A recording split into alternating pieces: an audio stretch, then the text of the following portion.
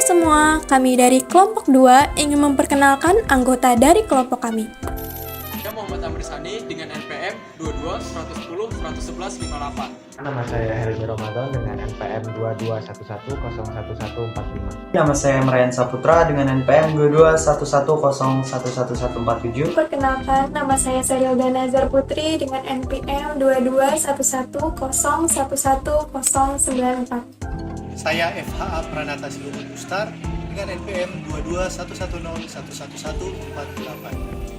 Nama saya Winona Hidayat Ika dengan NPM 2211011095. Nama saya Alfa Indono Iliawan dengan NPM 2251011022. Nama saya Emroce di Praja Ramadan dengan akhiran NPM 142. Perkenalkan, nama saya Mda Felamsyah dengan NPM 2211011064. Tujuan pembelajaran pada kali ini yaitu ada 5 poin. Yang pertama, memahami teori sifat, perilaku, dan kontingensi dalam kepemimpinan. Lalu yang kedua, mengetahui gaya kepemimpinan dan hubungan yang positif. Lalu yang ketiga, memahami kepemimpinan dan kepercayaan serta tantangan dan peluang. Lalu yang keempat, mempelajari kekuasaan, kepemimpinan, dan ketergantungan serta pengaruhnya. Lalu yang kelima, mempelajari penyebab dan akibat politik perilaku. Oke, yang pertama adalah teori sifat kepemimpinan. Teori sifat kepemimpinan adalah teori yang mempertimbangkan kualitas pribadi dan karakteristik yang membedakan antara pemimpin dan yang bukan pemimpin. Lalu apa yang membuat seorang menjadi pemimpin?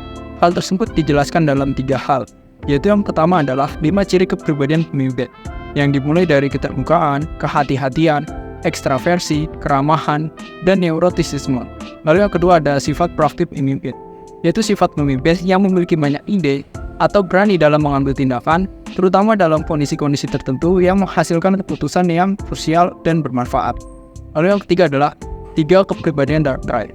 Dark trait dapat dikatakan sisi kepribadian gelap yang terdiri dari 3 sifat, yaitu yang pertama ada narsisme, lalu yang kedua ada psikopati, dan yang ketiga ada machiavellianisme.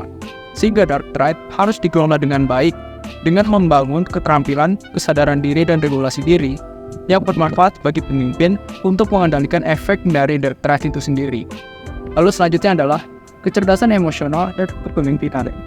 Dalam kepemimpinan, pemimpin memiliki kecerdasan emosional yang baik adalah pemimpin yang dapat memahami perasaan orang lain dalam timnya.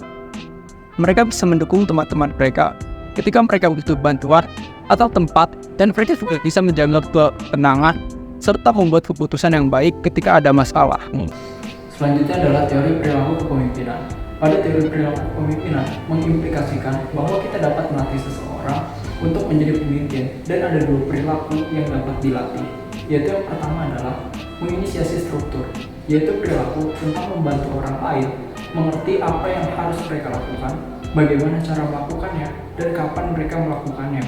Hal ini agar semuanya berjalan dengan baik dan seperti memberi arahan dan aturan agar semua orang tahu apa yang sebenarnya harus mereka lakukan. Lalu yang kedua ada pertimbangan.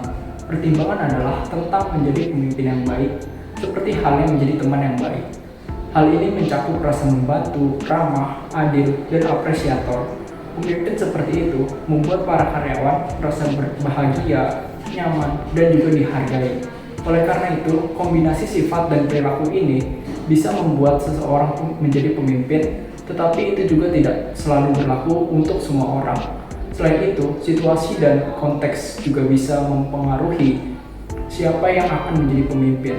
Jadi, menjadi pemimpin bisa sangat beragam, dan intinya adalah kita bisa menjadi pemimpin karena sifat-sifat kita atau bahkan karena cara kita berperilaku dan sifat kita itu sendiri. Dan ini tergantung pada banyak hal yang berbeda.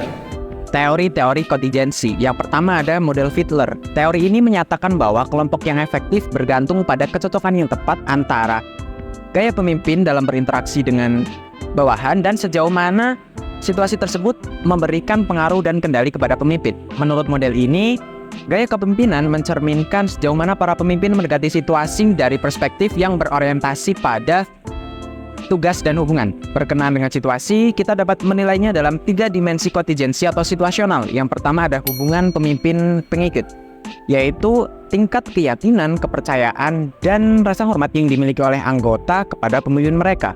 Yang kedua ada struktur tugas, yaitu sejauh mana tugas-tugas pekerjaan diatur, yaitu terstruktur atau tidak struktur.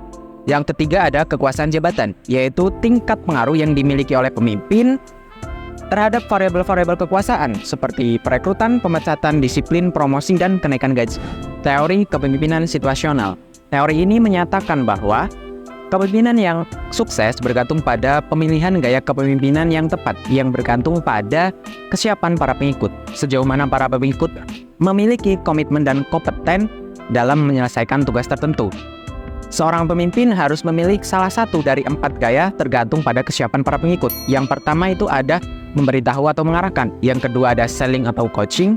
Yang ketiga ada berpartisipasi atau mendukung. Dan yang keempat ada mendelegasikan. Yang selanjutnya adalah teori-teori kontingensi pengikut. Di sini kita akan membahas 3 teori yang menyoroti peran pengikut dalam membentuk keefektifan pemimpin. Yang pertama ada model partisipasi pemimpin. Teori ini menyarankan kepada para pemimpin untuk menentukan sejauh mana masalah kepemimpinan melibatkan partisipasi dan tanggung jawab bersama dengan para pengikut. Yang kedua ada teori kepemimpinan bersama. Teori ini menyatakan bahwa kepemimpinan dapat menjadi salah satu kondisi yang muncul di mana peran kepemimpinan didistribusikan kepada para pengikut dan semuanya mampu mempengaruhi satu sama lain. Yang ketiga ada teori kepemimpinan pengikut. Teori ini berfokus pada kemampuan para pengikut untuk mempraktikkan visi atau serangkaian tujuan pemimpin. Yang selanjutnya adalah memimpin di masa krisis. Dari berbagai gaya kepemimpinan selama masa krisis, kepemimpinan karismatik paling sering dipelajari. Kepemimpinan karismatik selama masa krisis dapat bersifat visioner, misalnya dimulai dengan menetapkan visi, kemudian membuat permohonan untuk bertindak, atau responsif terhadap krisis, misalnya dimulai dengan membuat permohonan untuk bertindak dan seiring berjalannya waktu membenarkan tindakan ini dengan mengkomunikasikan hasil-hasilnya yang efektif. Baik, yang selanjutnya ada gaya kepemimpinan positif dan hubungan.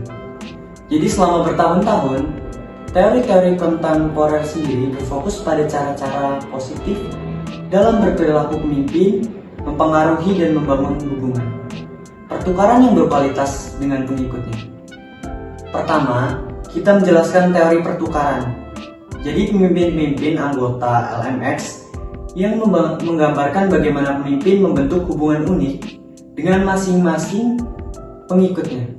Kemudian, kami menggambarkan karis kepemimpinan matik dan teori kepemimpinan lengkap yang mencoba untuk mengkarakterisasi cara-cara positif di mana pemimpin menarik perhatian dan motivasi pengikutnya. Selanjutnya ada teori pertukaran pemimpin anggota LMX. Jadi teori LMX menekankan bahwa pemimpin membentuk hubungan unik dengan setiap pengikutnya. Beberapa pengikut menjadi bagian dari in-group pemimpin dan menerima perhatian dan hak istimewa khusus. Jadi kualitas LMX ini dipengaruhi oleh faktor-faktor seperti kepercayaan, kompetensi, dan rasa saling menyukai. Hubungan LMX berkualitas tinggi, menghasilkan kinerja, kepuasan kerja, dan kesuksesan karir yang lebih baik. Baik, untuk materi selanjutnya ada kepemimpinan karismatik. Jadi pemimpin karismatik sendiri ini menginspirasi dan mempengaruhi pengikutnya melalui perilaku yang didorong oleh nilai, simbolis, dan syarat emosi. Mereka mengartikulasikan visi yang menarik dan memotivasi pengikutnya untuk mencapainya. Kepemimpinan karismatik dapat berdampak positif terhadap hasil pengikut, seperti kinerja tugas dan perilaku kewargaan organisasi. Selanjutnya ada model kepemimpinan.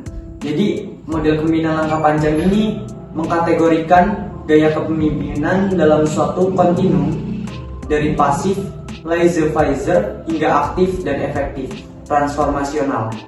Kepemimpinan laissez-faire adalah yang paling pasif dan paling tidak efektif. Pemimpin transaksional memperjelas peran, memberikan imbalan, kontingensi, dan mengelola pengecualian. Pemimpin transformasional menginspirasi pengikutnya untuk melampaui kepentingan pribadi demi kebaikan organisasi. Selanjutnya kepemimpinan transformasional. Jadi pemimpin transformasional memotivasi, menginspirasi, mempengaruhi pengikutnya untuk mencapai tujuan Jadi gaya kepemimpinan ini berdampak positif terhadap sikap pegawai, motivasi kinerja, kepuasan kerja, dan efektivitas organisasi. Jadi perbandingan gaya kepemimpinan karismatik dan transformasional. Nah, jadi keduanya memiliki tema yang sama, yaitu menginspirasi dan memotivasi pengikut. Jadi kepemimpinan transformasional cenderung memberikan hasil yang optimal, sedangkan kepemimpinan transaksional melengkapinya, terutama dalam hal efektivitas pemimpin dan kinerja pengikut. Selanjutnya ada mekanisme kepemimpinan transformasional. Jadi kepemimpinan transformasional sendiri ini memiliki 5 mekanisme efektivitas: afektif atau sikap motivasi, identifikasi, pertukaran sosial, dan peningkatan keadilan. Ini meningkatkan suasana hati karyawan, motivasi, identifikasi dengan pemimpin dan organisasi, kualitas hubungan, dan persepsi keadilan. Baik, yang selanjutnya ada kelemahan kepemimpinan transformasional. Jadi, kritikus berpendapat bahwa kepemimpinan transformasional dapat bersifat manipulatif dan membebani secara emosional bagi para pemimpin. Nah, ada juga kekhawatiran mengenai pengukuran dan kerancuan hasil dengan dimensi kepemimpinan transformasional.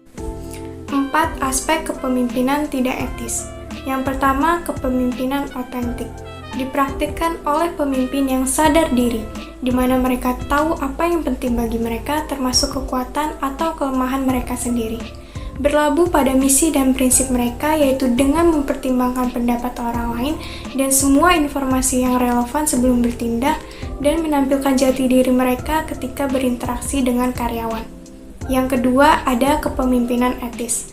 Mengacu pada bagaimana pemimpin berfungsi sebagai teladan etis bagi pengikutnya, dan dengan demikian menunjukkan perilaku yang sesuai secara normatif dengan menggunakan kekuasaan mereka dalam cara yang etis dan memperlakukan orang lain secara adil. Yang ketiga, ada kepemimpinan yang melayani. Melibatkan kepemimpinan yang melampaui kepentingan pribadi untuk fokus pada peluang yang membantu pengikut tumbuh dan berkembang. Karakteristik perilaku mencakup mendengarkan, berempati, membujuk, menerima, mengelola, dan secara aktif mengembangkan potensi pengikut. Yang keempat, pengawasan yang sewenang-wenang. Merujuk pada kepemimpinan yang tidak etis dengan persepsi bahwa seorang supervisor bersikap bermusuhan dalam perilaku verbal dan non-verbalnya. Misalnya ledakan kemarahan yang tidak terkendali, ejekan publik, sikap menyalahkan yang tidak pantas. Pengawasan yang sewenang-wenang mempunyai konsekuensi yang mengerikan, yaitu berdampak negatif terhadap kesehatan karyawan seperti peningkatan depresi, kelelahan emosional, juga dapat menurunkan kinerja karyawan, diikuti dengan meningkatnya konflik pekerjaan. Lalu selanjutnya ada kepemimpinan dan kepercayaan. Kepercayaan adalah kondisi psikologis berupa ekspektasi positif timbal balik antara orang-orang yang saling bergantung satu sama lain dan benar-benar peduli terhadap kesejahteraan satu sama lain. Pengikut yang mempercayai seorang pemimpin yakin hak dan kepentingan mereka tidak akan disalahgunakan. Hasil kepercayaan antara supervisor dan karyawan mempunyai beberapa keuntungan. Yang pertama, kepercayaan mendorong pengambilan resiko. Yang kedua, kepercayaan memfasilitasi pertukaran informasi. Yang ketiga, ada kelompok yang saling percaya lebih efektif. Dan yang terakhir, kepercayaan meningkatkan produktivitas. Lalu, bagaimana kepercayaan dapat dikembangkan? Karakteristik utama yang mengarah untuk meyakini bahwa seorang pemimpin layak untuk dipercayai. Yang pertama, integritas yang mengacu pada kejujuran dan kebenaran. Yang kedua, ada kebajikan, berarti bahwa orang yang dipercayai akan memikat ketertarikan di hati Anda, bahkan jika Anda tidak serta-merta sejajar dengan mereka. Yang ketiga, kemampuan mencakup pengetahuan dan keahlian teknik individu serta interpersonal. Kepercayaan mengacu pada seberapa besar kemungkinan seorang karyawan mempercayai seorang pemimpin, seperti ketika karyawan yakin bahwa seorang pemimpin dapat dipercaya. Misalnya, pemimpin akan kehilangan segala sesuatu karena tidak dapat dipercaya, maka mereka akan memiliki kecenderungan percaya yang lebih tinggi. Lalu kepercayaan dan budaya. Kepercayaan dalam hal hubungan kerja mungkin dibangun berdasarkan persepsi yang sangat berbeda dari satu budaya ke budaya lainnya. Dalam masyarakat individualis, kita mungkin mengira bahwa kepemimpinan paternalistik akan membuat marah banyak karyawan yang lebih memilih untuk melihat diri mereka sebagai individu. Peran waktu dan kepercayaan kita bisa mempercayai orang lain dengan mengamati perilaku mereka selama jangka waktu tertentu, lalu mendapatkan kembali kepercayaan. Kepercayaan dapat diperoleh kembali melalui strategi jangka panjang dan jangka pendek, namun hanya dalam situasi tertentu dan tergantung pada jenis pelanggarannya. Biasanya yang terbaik adalah meminta maaf dan mengakui kesalahan tersebut. Tantangan dan peluang dalam memahami kepemimpinan. Pemimpin dalam organisasi modern saat ini menghadapi tantangan besar, termasuk sindrom pahlawan super, saat mereka mencoba menunjukkan kekuatan dan keahlian dalam menghadapi suatu perubahan yang cepat. Namun, pemimpin yang sukses adalah mereka yang mengakui keterbatasan mereka dan melakukan perubahan dengan cepat. Tantangan dalam memahami kepemimpinan. Yang pertama itu kepemimpinan sebagai atribusi. Teori atribusi kepemimpinan menyatakan bahwa kepemimpinan sebenarnya hanya atribusi yang dibuat oleh satu individu terhadap individu lain. Hal ini berarti bahwa efektivitas kepemimpinan lebih merujuk pada persepsi daripada kenyataan. Yang kedua itu penetrasi dan pengganti kepemimpinan. Teori ini mengusulkan bahwa dalam banyak situasi, tindakan pemimpin mungkin tidak relevan. Ada faktor-faktor yang dapat menetralkan dampak kepemimpinan, seperti ketidaktertarikan terhadap imbalan. Di sisi lain, pengalaman dan pelatihan dapat menggantikan kebutuhan pemimpin dalam memberikan dukungan dan menciptakan struktur. Peluang dalam kepemimpinan. Yang pertama itu mengidentifikasi dan memilih pemimpin. Penting bagi organisasi untuk merencanakan pergantian kepemimpinan dengan cermat. Salah satu langkah awal adalah mengevaluasi pengetahuan, keterampilan, dan kemampuan yang diperlukan untuk posisi manajemen. Namun, menurut penelitian, kompetensi yang diperlukan untuk pemimpin berbeda tergantung pada tingkatannya. Kemudian yang kedua itu pelatihan dan pengembangan pemimpin. Organisasi menghabiskan banyak sumber daya untuk melakukan pelatihan kepemimpinan. Penting untuk melakukan analisis kebutuhan yang baik dan memastikan bahwa pelatihan benar-benar diterapkan dalam lingkungan kerja. Selain itu, pemimpin dapat bertindak sebagai mentor yang mendukung perkembangan pemimpin masa depan. Hubungan mentoring bisa memberikan manfaat psikologis dan karir. Meskipun tidak semua karyawan terlibat dalam hubungan mentoring, program mentoring dapat memberikan manfaat bagi kedua belah pihak dengan perhatian khusus pada mentor dan protes. Yang berikut, kekuasaan dan politik. Kekuasaan adalah kemampuan untuk memaksakan kehendak seseorang atas orang lain yang berkaitan dengan tingkat ketergantungan. Semakin banyak orang bergantung atau mengandalkan orang yang berkuasa, maka semakin kuat kekuasaan orang tersebut. Sayangnya, kekuasaan bisa saja disalahgunakan, seperti dalam kasus pelecehan seksual. Faktor keuangan seperti ketergantungan pada klien atau kontrak pemerintah juga memengaruhi tingkat kekuasaan. Ketergantungan finansial dapat menjadi lebih penting selama masa krisis. Perbandingan antara kekuasaan dan kepemimpinan mengungkapkan perbedaan mendasar.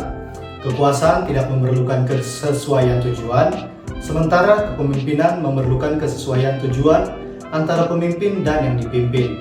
Selain itu, kekuasaan lebih fokus pada pengaruh ke bawah, sedangkan kepemimpinan mencakup pengaruh lateral dan ke atas. Basis kekuasaan. Basis kekuasaan terbagi menjadi dua. Yang pertama itu kekuasaan formal. Kekuasaan formal sendiri terdiri dari kekuasaan koersif. Basis ini bergantung pada ancaman dan ketakutan. Seseorang yang memiliki kekuasaan koersif dapat memaksa orang lain untuk patuh dengan mengancam konsekuensi negatif jika mereka tidak mematuhi. Misalnya, seorang supervisor dapat mengancam seorang karyawan dengan pemecatan jika mereka tidak menaati perintah. Yang kedua itu kekuasaan imbalan. Basis ini berkaitan dengan pemberian imbalan positif. Orang-orang akan patuh karena mereka akan menerima manfaat atau imbalan yang dianggap berharga. Contohnya, seorang manajer yang memberikan bonus kinerja kepada karyawan yang berprestasi. Kemudian yang ketiga itu kekuasaan sah. Kekuasaan ini didasarkan pada kedudukan resmi atau otoritas yang diberikan oleh struktur organisasi. Orang akan patuh karena mereka menghormati atau menerima otoritas seseorang dalam hierarki organisasi, seperti seorang kepala sekolah atau seorang presiden perusahaan. Kemudian yang kedua itu ada kekuasaan personal. Kekuasaan personal sendiri terbagi menjadi dua. Yang pertama, kekuasaan keahlian. Basis ini berkaitan dengan pengetahuan atau keterampilan khusus seseorang. Orang-orang akan menghormati dan patuh kepada individu yang memiliki pengetahuan atau keterampilan yang dianggap berharga. Misalnya, seorang ahli bedah memiliki kekuasaan keahlian dalam bidang medis. Kemudian yang kedua itu kekuasaan referensi. Basis ini berdasarkan pada identifikasi dan kagum terhadap individu yang memiliki sifat atau sumber daya yang diinginkan. Orang akan patuh karena mereka ingin mendapatkan persetujuan atau pengakuan dari orang tersebut. Selebritas yang mempengaruhi keputusan konsumen dalam iklan adalah contoh dari kekuasaan referensi. Baik, di sini saya akan melanjutkan materi tentang basis kekuasaan mana sih yang paling efektif untuk digunakan. Untuk menjawab pertanyaan ini tidak bisa dijawab oleh satu orang saja, oleh satu pihak saja secara subjektif, karena masing-masing itu memiliki karakteristik dan perspektifnya masing-masing, sehingga bisa menentukan mana sih basis kekuasaan yang sesuai dengan mereka. Karena masing-masing basis kekuasaan itu memiliki kelebihan dan kekurangan dan harus cocok pada karakteristik dari yang menggunakannya. Baik, saya akan melanjutkan materi tentang ketergantungan adalah kunci dari kekuasaan. Jadi, aspek terpenting dari kekuasaan adalah fungsi dari ketergantungannya. Pada bab ini saya akan membahas tentang ketergantungan membantu kita dalam memahami derajat kekuasaan. Saya akan memulai pada postulat umumnya dulu. Contoh, perusahaan B itu memiliki pemasok dari A. Nah, si B ini artinya memiliki sebuah ketergantungan terhadap pemasok A. Otomatis, pemasok A itu memiliki kekuasaan terhadap perusahaan B secara tidak langsung, karena dia bisa mengendalikan baik dari segi harganya dan lain sebagainya. Oleh sebab itu, sebuah perusahaan alangkah baiknya untuk menggunakan beberapa pemasok untuk mengurangi adanya kendali yang berlebih atau power atau kekuasaan yang berlebih dari pemasok terhadap perusahaan kita. Baik, selanjutnya apa sih yang dapat menimbulkan sebuah ketergantungan? Jadi ada 3 hal yang dapat menimbulkan ketergantungan. Yang pertama adanya importance, adanya sebuah kepentingan. Contoh, orang memiliki kepentingan terhadap kita, baik dari segi relasi ataupun lain sebagainya. Otomatis kita memiliki kekuasaan yang berlebih untuk menentukannya. Yang kedua, adanya scarcity atau kelangkaan. Contoh, di pasar tenaga kerja itu lebih tinggi dibandingkan para pencari kerjanya. Otomatis para pencari kerja itu memiliki kekuasaan yang berlebih untuk menentukan gaji mereka dan tunjangan apa saja yang harus dipenuhi sebuah perusahaan untuk merekrut mereka. Nah, yang ketiga ada non-substitutability, artinya semakin sedikit substitusinya, semakin sedikit barang penggantinya, maka ketika seseorang mengendalikan sumber daya tersebut, seseorang memiliki kendali atau kekuasaan untuk mengendalikannya. Yang selanjutnya kita akan membahas tentang jaring kelompok formal yang kecil. Jadi ada tiga bentuk jaringan. Yang pertama ada chain atau rantai, yang kedua ada wheel atau roda, yang ketiga adalah old channel. Jadi untuk chain itu bersifat kaku, mengikuti rantai komando yang formal. Untuk yang roda itu bergantung pada figur sentral yang bertindak sebagai saluran bagi semua komunikasi kelompok. Yang old channel itu saluran memungkinkan anggota kelompok tersebut untuk berkomunikasi secara aktif satu sama lainnya. Hal ini paling sering ditandai dengan tim yang dikelola sendiri, di mana anggota kelompok bebas berkontribusi dan tidak ada satu orang pun yang mengambil peran kepemimpinan. Oke, dari masing-masing bentuk ini, bentuk kelompok kecil ini, masing-masing memiliki efektivitas, masing-masing memiliki kriteria sebagai berikut. Taktik pengaruh. Peneliti telah mengidentifikasi 9 taktik pengaruh yang berbeda. Yang pertama ada legitimasi, mengandalkan posisi otoritas atau mengatakan bahwa suatu permintaan sesuai dengan kebijakan atau peraturan organisasi. Lalu yang kedua ada persuasi rasional, menyajikan argumen logis dan bukti faktual untuk menunjukkan bahwa suatu permintaan masuk akal. Lalu ada himbauan yang menginspirasi, mengembangkan komitmen emosional dengan menarik nilai, kebutuhan, harapan, dan aspirasi target. Ada konsultasi, yakni meningkatkan dukungan dengan melibatkan target dalam memutuskan bagaimana mencapai rencana tersebut. Lalu ada menukarkan, menghargai target dengan manfaat atau bantuan sebagai imbalan karena menyetujui permintaan. Ada banding terbalik, meminta kepatuhan berdasarkan persahabatan atau kesetiaan. Lalu ada ingratiasi, menggunakan sanjungan, pujian, atau perilaku ramah sebelum meminta. Lalu yang ke-8 adalah tekanan, menggunakan peringatan, tuntutan berulang, serta ancaman. Lalu yang terakhir adalah koalisi, meminta bantuan atau dukungan orang lain untuk membujuk target agar dapat setuju. Pemrosesan pengaruh yang otomatis dan terkendali. Pemrosesan otomatis adalah pertimbangan bukti dan informasi yang relatif dangkal yang memerlukan sedikit waktu atau usaha yang memanfaatkan heuristik. Pemrosesan terkontrol yakni pertimbangan rinci atas bukti dan informasi yang mengandalkan fakta, angka, serta logika. Pemrosesan yang terkendali memerlukan upaya dan energi, namun lebih sulit untuk membodohi seseorang yang telah meluangkan waktu dan upaya untuk terlibat di dalamnya. Menerapkan taktik pengaruh. Setiap orang mempunyai keterampilan politik yang berbeda-beda untuk mempengaruhi orang lain guna mencapai tujuan mereka. Mereka yang terampil secara politik adalah pengguna taktik pengaruh yang lebih efektif dan mengandalkan pengetahuan mereka mengenai tuntutan, sumber daya, dan preferensi orang lain untuk melakukan hal tersebut. Mereka mampu mengenali peluang, evaluasi pro dan kontra dari perilaku yang berbeda, dan memanfaatkan peluang ini ketika tujuan mereka tercapai. Bagaimana kekuasaan mempengaruhi manusia? Kekuasaan memiliki pengaruh yang kuat terhadap manusia. Ini dapat mempengaruhi individu dan masyarakat dalam berbagai cara. Yang pertama ada pengaruh psikologis, pengaruh sosial, pengaruh politik, pengaruh ekonomi, pengaruh budaya, serta pengaruh etika dan moral. Pelecehan seksual, ketimpangan kekuasaan di tempat kerja.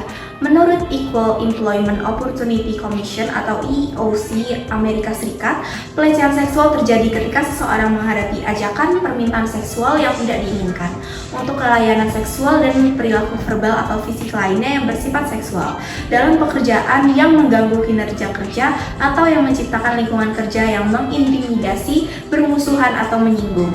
Manajer mempunyai tanggung jawab untuk melindungi karyawannya dari lingkungan kerja yang tidak bersahabat.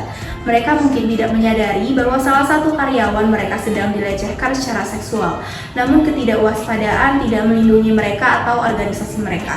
Jika penyelidik yakin seorang manajer mengetahui tentang pelecehan tersebut, baik manajer maupun perusahaan dapat dimintai pertanggungjawaban. Baik, di sini saya akan melanjutkan materi selanjutnya, yaitu politik kekuatan dalam tindakan. Setiap kali orang berkumpul dalam kelompok, kekuasaan akan digunakan. Orang-orang di organisasi ini menciptakan peluang untuk memberikan pengaruh, mendapatkan penghargaan, dan memajukan karir mereka. Jika mereka mengubah kekuasaan yang menjadi tindakan, kami menggambarkan mereka terlibat dalam politik. Mereka yang memiliki keterampilan politik yang baik kemungkinan besar akan menggunakan basis kekuasaan secara efektif. Selanjutnya, saya akan menyebutkan dan menjelaskan hal-hal yang sering terdapat dalam kekuatan dalam tindakan, yaitu pertama perilaku politik. Pada dasarnya, politik organisasi berfokus pada penggunaan kekuasaan untuk mempengaruhi pengambilan keputusan dalam suatu organisasi. Terkadang untuk kepentingan diri sendiri dan perilaku yang tidak disetujui secara organisasi. Untuk tujuan kami, perilaku politik dalam organisasi terdiri dari aktivitas-aktivitas yang tidak diperlukan sebagai bagian dari peran formal individu, namun mempengaruhi atau berupaya mempengaruhi distribusi keuntungan dan kerugian dalam organisasi. Perilaku politik memberi orang rasa memiliki pemberdayaan dan kontrol dalam lingkungan yang sangat politis, tetapi hal ini juga bisa melelahkan. Kedua, yaitu realitas politik. Penelitian telah menunjukkan bahwa ada banyak cara untuk menafsirkan politik. Yang pertama yaitu reaktif, percaya bahwa politik melibatkan perilaku destruktif dan manipulatif.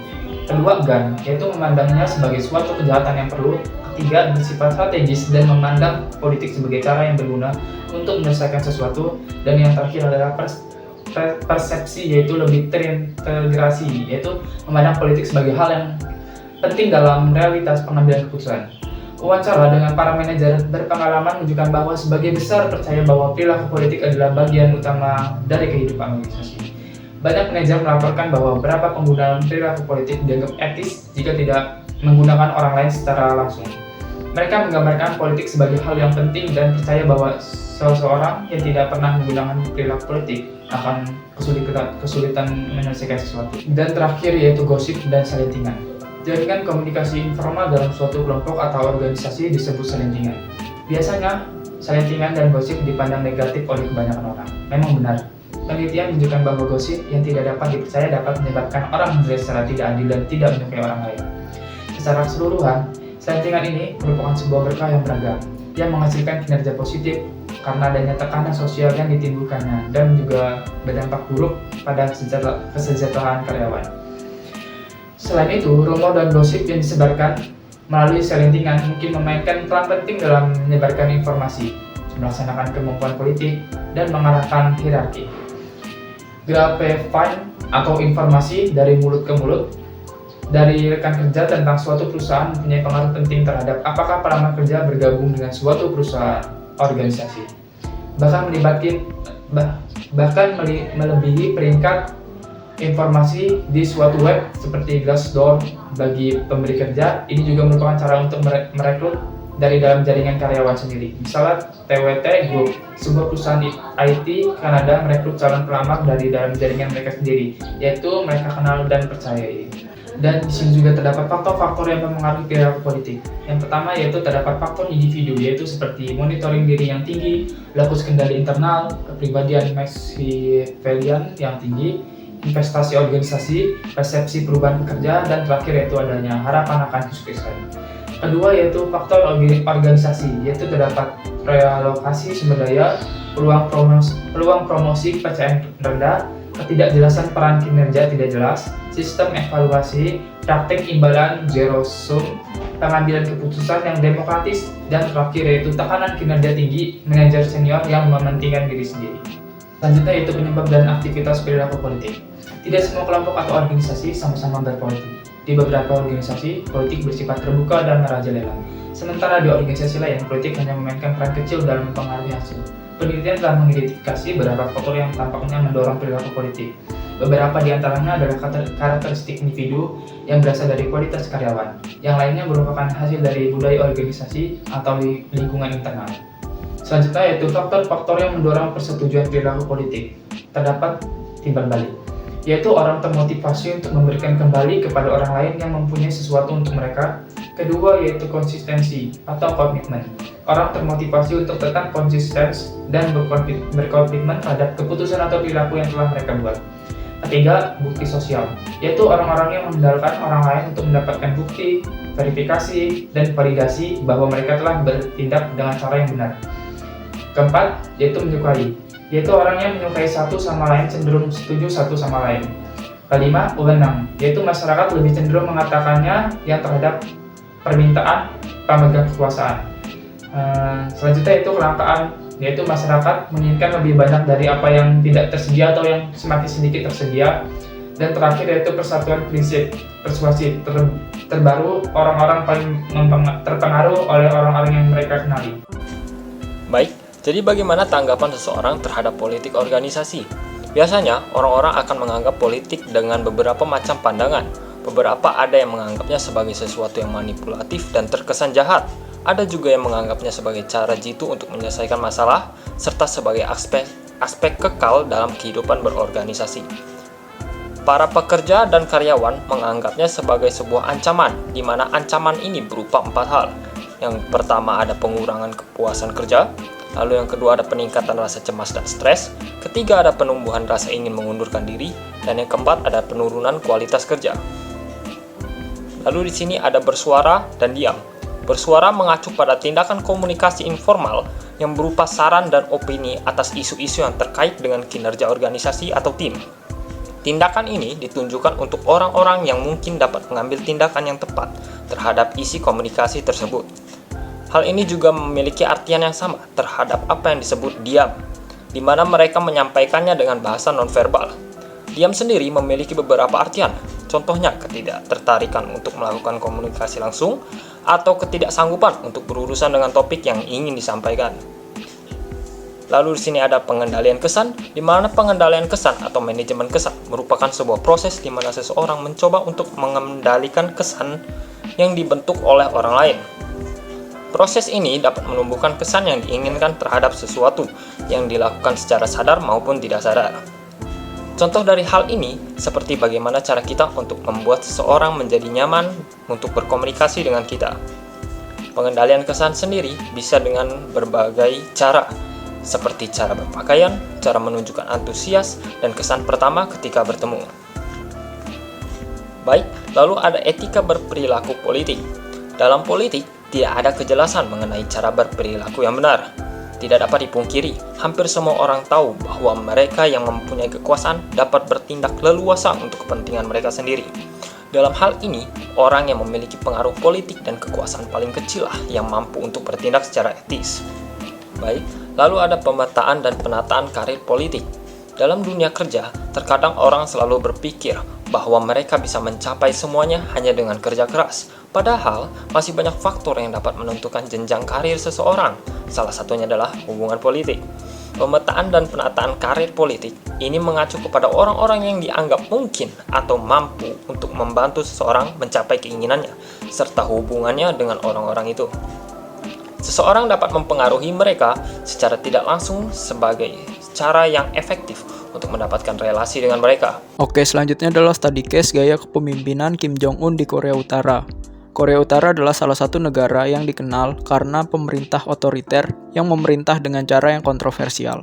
Pemimpin saat ini, yaitu Kim Jong-un, telah sering dikritik karena memiliki gaya kepemimpinan yang buruk dan menunjukkan sifat dark trait, yang terdiri dari narsisme, machiavellianisme, dan psikopati.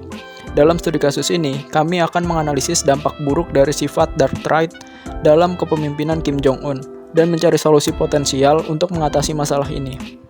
Hasil analisis sifat dark trait. Kim Jong-un memiliki sifat dark trait. Yang pertama adalah narsisme dengan ego besar dan keyakinan diri berlebihan yang membuat cenderung meremehkan pendapat rakyatnya. Hal ini menghambat kemampuannya untuk mendengar masukan dan pandangan berbeda yang penting dalam pembuatan kebijakan yang efektif.